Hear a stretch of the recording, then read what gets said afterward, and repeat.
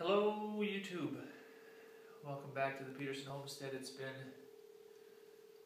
about 4 months, I think, since we last spoke, you and I specifically, and despite some interesting weather and many other things foreseen and unforeseen, we have still managed to get quite a bit accomplished here.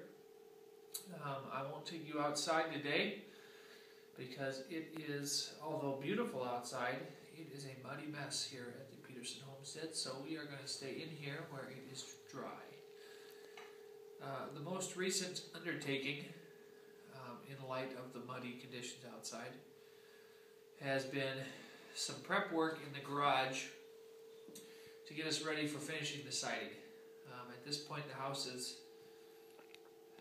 at least halfway, probably closer to 3/5 of the way sided, and I've got a couple of little hurdles to get across before that project can be finished, but the one that I've been working on most recently is one of those. So, our garage, which I am pretty sure is the most recent addition to this house as a unit, was, to put it bluntly, poorly framed at best. And it has many shortcomings, and I won't go into all of them, but the largest and probably most visible one to the untrained eye would have been the roof. The roof of this garage was conventionally what we would call stick-built, meaning that all of the roof rafters were individually cut out of lumber and set up there to a ridge beam, and then sheathed over that, which there's nothing wrong with at all. It's been done that way for many, many years. By modern standards, most roofs are framed with roofing trusses, but that being said, had this been framed properly, it would have held up just fine. So let's talk about a couple of the issues that existed with the roof as it was. So as part of a roof structure, let me get a visual aid here.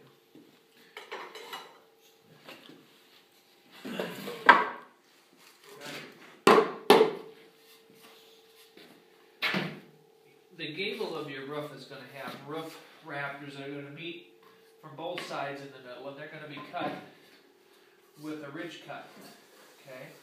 And then across that, in the center, there's going to be a beam that rafters will meet on both sides. Probably the largest problem with our roof here in the garage is that when this garage was built, they chose not to use a single piece of lumber to do the beam the full length. And so what ended up happening is about, I suppose, 12 feet of the ridge beam is one piece, and then like the last 4 feet is another piece, which creates a natural weak spot in the roof. And so what had happened over time is that the ridge beam has sunk. It's come down in the middle like this, which has in turn pushed out at the base of the walls a little bit. And so we had a big dip right in the center of the roof, which was very visible from the driveway. So, in addition to that, the other problem that we have is that the roof structure is underframe, meaning the span of our roof joists, which are about, our roof rafters, excuse me, are about 14 feet long, I believe.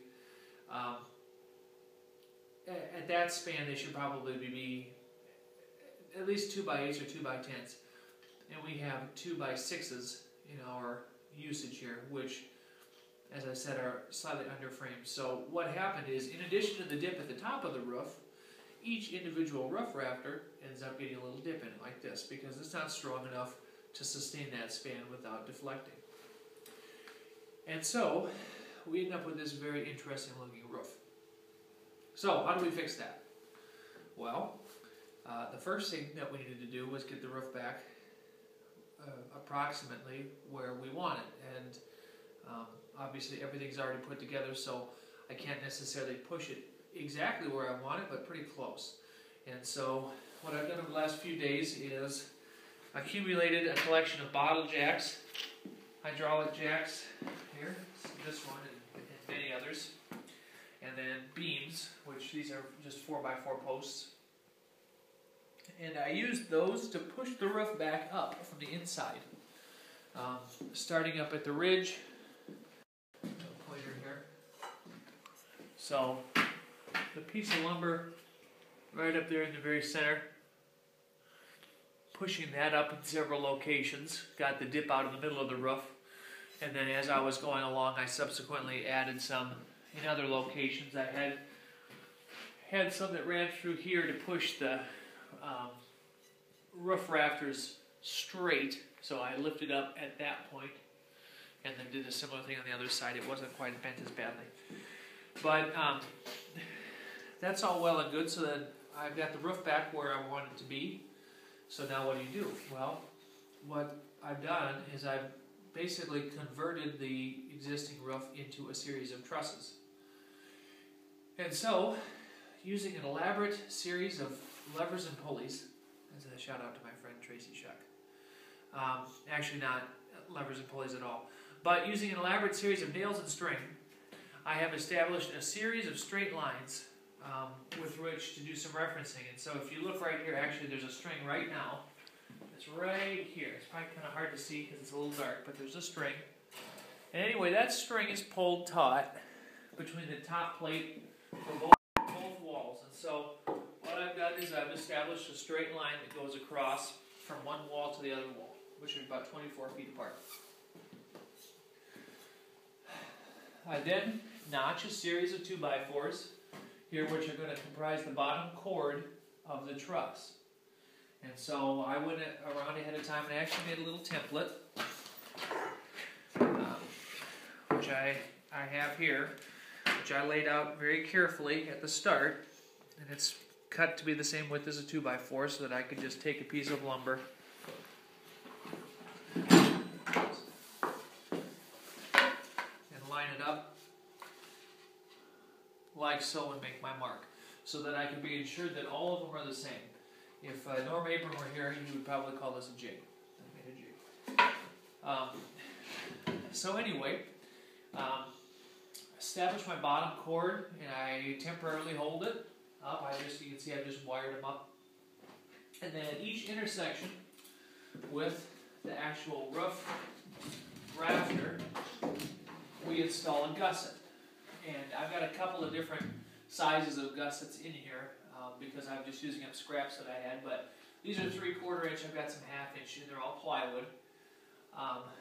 And then with a bunch of construction adhesive and ring-shaped nails, I basically have fixed the two pieces together into one. The nails really are doing most of the work, and the glue is really just a fail-safe. So I've got a bottom cord down that's attached. I do that on both sides, gusseting both ends. Next we have a ridge beam, or a king post. Or actually not ridge beam, I should say king post. I've got a king post, which is this member right here, which actually goes to the underside of both rafters, and it's cut very specifically to sit right on top of these bottom cords when they're pulled straight to the string. Right, so underneath this plate, there's a king post that sits right there on top of that.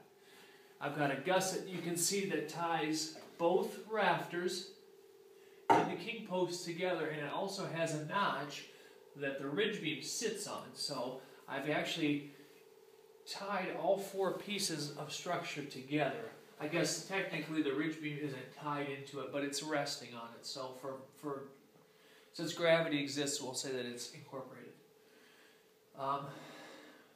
From there, I've taken the span of my truss to center, which is 12 feet, and I've broken it in half. So it's 6 feet and 6 feet from the wall coming in.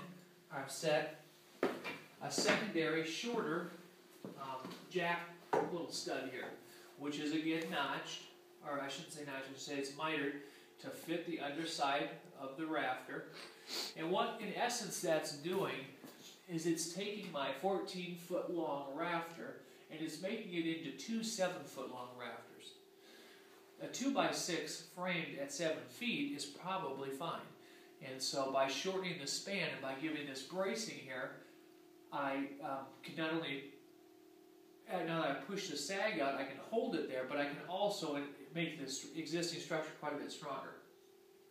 So you can see that I gusseted this small little jack onto my bottom cord, and then I cut a diagonal brace which works to transfer load from that point into center.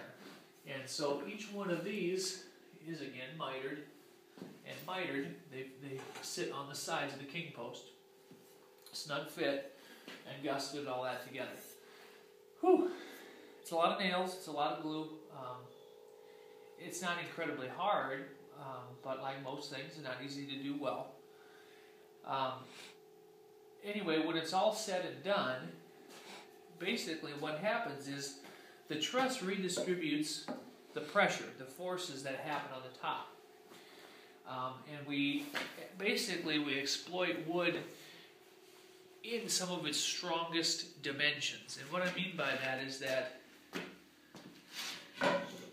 this 2x4, for example, right, exists in 3 dimensions. It's only 1.5 inches wide here, right? So this dimension, if I was to set it between 2 barriers, a push down is its weakest, right? This dimension is 3.5. Now here, obviously, it's going to be over twice as strong because I've got over double the thickness. Now in this plane, this is probably not quite 36 inches, or close to 36. Obviously, I've got 36 inches of material. In this capacity, right, the 2x4 is incredibly strong. And so what happens now is that as the weight of the ridge, right, as this carrying the load of the rafters, as it pushes down, think of the trickle-down effects. As this comes down, both rafters push out, right? If you think of it this way, if this comes down, this swings out, right? It's the natural tendency. It's going to do this kind of a motion.